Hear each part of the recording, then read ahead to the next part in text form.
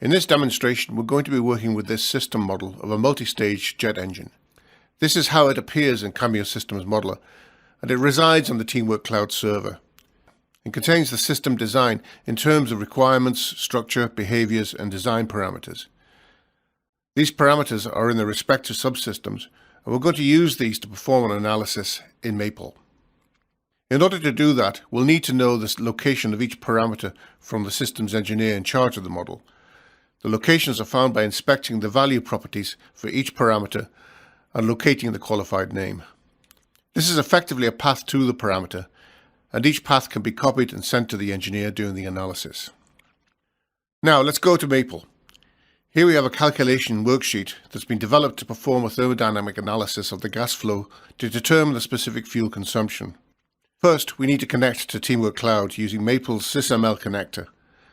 We log in with our credentials, and then we can use the qualified name paths from the systems engineer to start extracting the parameters we need from the system model. Notice that not only is Maple acquiring the numeric values, it's getting their engineering units, so we can use Maple's dimensional analysis capability to support the use of units throughout the calculation.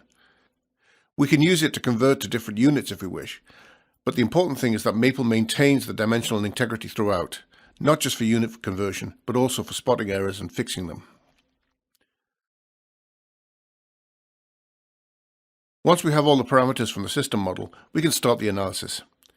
In this example, we're determining the mass and energy flow at each stage in the engine, and we'll be using Maple's thermal properties library to help us. Given the internal energy and air-fuel mass flow at each stage, we can calculate the amount of fuel required to maintain the aircraft's speed and altitude.